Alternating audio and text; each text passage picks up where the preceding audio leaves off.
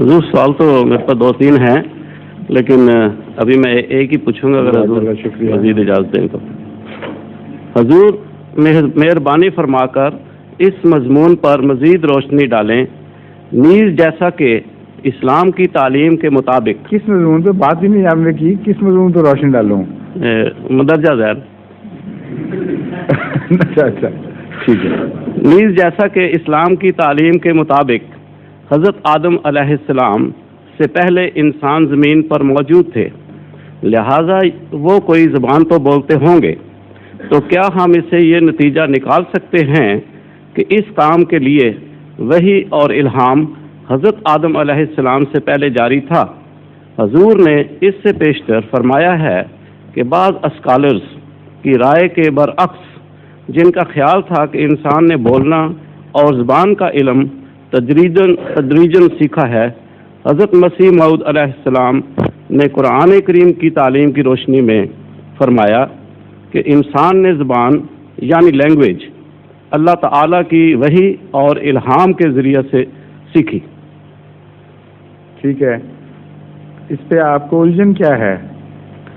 آپ کو غالباً دماغ میں یہ خیال جا رہا ہے کہ اگر حضرت آدم علیہ السلام پہلے نبی تھے تو خدا نے پہلا کلام ان سے کیا ہوگا، اور اگر اس سے پہلے خدا زبان سکھا چکا تھا، جیسا کہ ظاہر ہے کہ سکھا چکا تھا، اللہ تعالیٰ سے حضرت آدم کی بات ہی زبان نہیں ہوئی تھی، تو پھر وہ پہلا شخص جس پر وحی نازل ہوئی وہ پھر پہلا نبی بن گیا۔ یہی آپ کے ذہن میں؟ نبی نہیں حضور، ہاں وہی نبوت تو میرے خیال میں حضرت آدم علیہ السلام پر ہی ہوئی۔ واضح ہے نا بات یہ تو؟ جی۔ پھر اعتراض کیا ہے؟ اگر پہلے خدا نے زبان سکھا دی تو آپ کو کیا اعتراض ہے؟ اعتراض تو نہیں حضور، یہ پتہ کرنا ہے کہ وحی اور الہام کا سلسلہ حضرت آدم علیہ السلام سے پہلے شروع ہوا۔ دیکھیں، وحی کے ذریعے ایک بات سکھانا یہ بہت بڑا وسیع مضمون ہے۔ آدم سے پہلے انسانوں کا آپ کو خیال آیا، شہد کی مکھی کا کیوں خیال نہیں آیا؟ وہ اس سے بہت پہلے بستی تھی دنیا میں۔ حضور میں نے ایک بات سن لیں ایک منٹ۔ اللہ تعالیٰ فرماتا ہے وَأَوْحَىٰ رَبُّكَ إِلَى النَّحْلِ أَنِ اتَّخِذِي مِنَ الْجِبَالِ بُيُوتًا وَمِنَ الشَّجَرِ وَمِمَّا يَعْرِشُونَ، کہ اے محمد صلی اللہ علیہ وسلم، تیرے رب نے شہد کی مکھی پر یہ وحی فرمائی تھی کہ تو أَنِ اتَّخِذِي مِنَ الْجِبَالِ بُيُوتًا، کہ پہاڑوں پر اپنا گھر بنا، وَمِنَ الشَّجَرِ، اور درختوں پر اپنا گھر بنا، وَمِمَّا يَعْرِشُونَ، اور جو یہ اونچی بیلیں لگانے کے لیے جو بناتے ہیں، صنعتیں مختلف لکڑی کے سہارے بناتے ہیں، ان پر بھی تو اپنا گھر بنا۔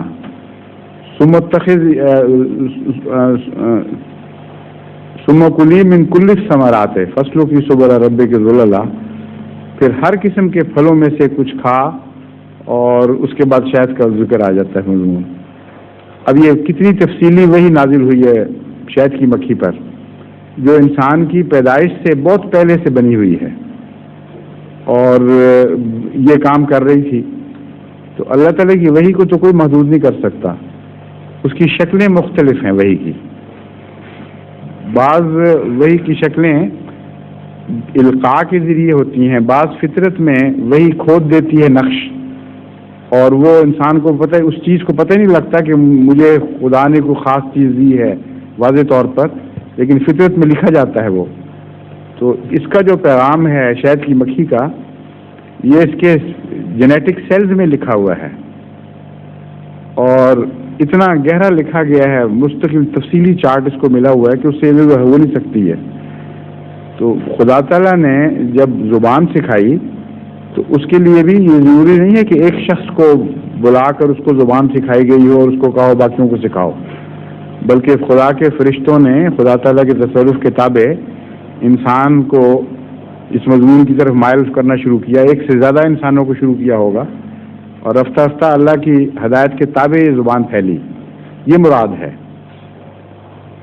یہ مراد نہیں ہے کہ جس طرح انبیاء کو الہام ہوتی ہیں زبانیں، اس طرح تفصیل سے کھلے لفظوں میں الہام جاری ہوا ہے۔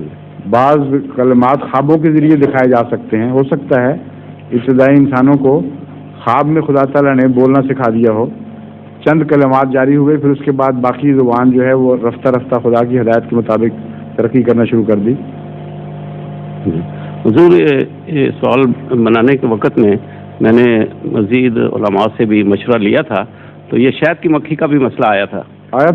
تو اس میں یہ نہیں پتہ لگتا تھا کہ یہ شہد کی مکھی پہلے پیدا ہوئی حضرت آدم علیہ السلام سے کہ نہیں، یہ ہمارے مسئلہ یہ نہیں پتہ لگ رہا تھا. اچھا نہیں بہت پہلے سے پیدا ہوئی. جی بس جزاک اللہ. ظہور مہدی آخر